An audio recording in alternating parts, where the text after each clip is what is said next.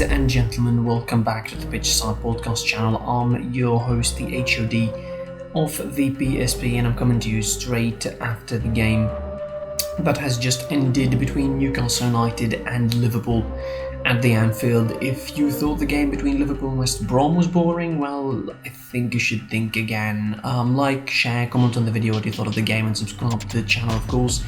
Enable notifications to receive all the updates on this channel. Help us reach the 250 subscribers mark, and more than that. I need them at the moment anyway. Follow us on social media at PSP, on Twitter, PitchsidePod, on Instagram. Listen to the podcast tomorrow returning on Spotify, Google Podcasts, or wherever you can get it from. I think it's excusable really to say that this game was more boring than the West Brom game. I mean, from a Liverpool point of view, it's as disappointing. It was the same drill for both sides. I think Liverpool entered with a 4-3-3, with of course Thiago available on the bench once again after the sort of doubts over him travelling with the club to the Newcastle game. Wijnaldum was on the bench, starting with the normal trio of Salah, Firmino, and Mane. Of course, no Jota, and Curtis Jones again getting complacent starting lineup.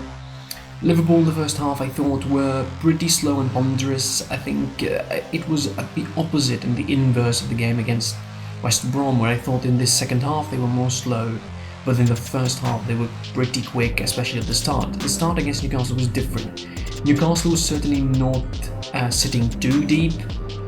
Sitting in a 3-5-2, of course, they weren't sitting that deep. They were really pretty much medium block, I would say, around 20 to 25 yards away from their goalkeeper. Caldano had a tremendous game, by the way. I think he deserves man of the match. And they had spells of good possession as well. They had spells where they dominated the game. They had enough opportunities, I think, to justify them getting a sort of lead ascendancy over Liverpool, but they couldn't get their finishing right. Really, Callum Wilson had a couple of great chances, but he couldn't. DeAndre Edlin had an opportunity, but couldn't finish it. They were hitting Liverpool from the same problem, the same issue that other teams who managed to get points at Liverpool hit them from, namely again against Fulham and West Brom as well, hitting them behind the fullback, specifically the side where Trent Alexander-Arnold and Nathaniel Phillips were there. Nathaniel Phillips, still inexperienced, still couldn't deal with a veteran, really, of an attacker in Callum Wilson, who had him too much on the run behind him, on the long balls behind him. The Liverpool midfield were really not urgent. I think too slow in the beginning of the game. They couldn't find the right spaces. Mane and Salah were too central, I think, for anybody's liking. Firmino forced to drop really wide, and not just wide like central, but wide like outside on the wings. Couldn't add anything significant to the game for like 25 to 30 minutes in the beginning. Liverpool started picking up the pace later on in the first half. Towards the end they managed a couple of chances, but Mo Salah terribly missed, I think, one of the easiest opportunities that he would ever get. They started pinging balls behind the centre halves, knowing that the block is a little bit higher than what you expect from Newcastle United. In the second half, I think it was more one-sided than the first half. Loiverpool pressed more, forced more chances, but they couldn't finish them. I mean, it was an outright lack of focus, I would say. It was low-key a lapse in concentration as far as Liverpool are concerned. I don't want to say the heads were not in the game, but obviously the physical aspect of things, when you're tired and you play games in thick and fast like that, and the fixture's still going to be grueling, at least if they don't stop the league. By the way, check out the video, quick plug here, check out the video that I talk about whether it's wise to stop the league or not. Spoiler alert, I think it is. Liverpool forced a couple of chances again. Thiago and Wijnaldum came in. Thiago really made a difference, I would say, in the short time that he came in.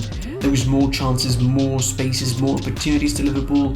There was a better movement, a more quick movement from the Liverpool players as Thiago, set up the play in the midfield, reinforcing, I think, the sort of solidity in the midfield alongside Jordan Henderson. The crosses were coming, I think, from either side. Trent Alexander-Arnold, I think, was more active than usual up front, unlike the game against West Brom, where he was a little bit lacking in contribution. Robertson was his usual self. Overall, Newcastle, I think, were the usual self as well in the second half. They were more like themselves, sitting deep, I think, and regressing even deeper to not allow spaces for Liverpool, who had a couple of late chances in the last 10 minutes, but Cardallo and the defenders were there for the save. Overall, it's another disappointing draw, and it's an even more disappointing draw when you can't score. I mean, a 0-0 draw is always disappointing, but again, Liverpool seemed lacking focus, ineffective for most of the game. I think slow and ponderous for the first half. They needed like some real shot in the arm. Seriously, a break is needed, I think, for Liverpool, whether it be by stopping the league or by basically rotating the squad or whatever. I think playing the under-23 at the moment would seem like a better idea on paper than playing the senior games at the moment for the senior players. That's it. I think Newcastle digged out a deserved point overall. They had a decent first half, more or less. They dig deep in the second half to keep Liverpool out of scoring against them. And that's it. I think. Another disappointing result. Now this is the 5th draw for Liverpool this season, already dropping 13 points out of 48, which is, bad because it keeps United and the other clubs, of course, really close to you ahead of an important turn in fixtures. Of course, there is that looming spectre of the game against Manchester United at Anfield coming on January 17th in the new year.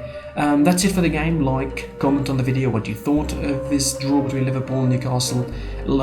Share, subscribe to the channel, of course, enable notifications to receive all the updates, help us reach 250. This is the first milestone I want to reach, really. Side PSP on Twitter, follow me there, PitchSidePod on Instagram as well, and the podcast from tomorrow, returning on Spotify, Google Podcasts, or wherever you can get it from. I was your boy, the HUD of the PSP, and until I see you tomorrow, a good night.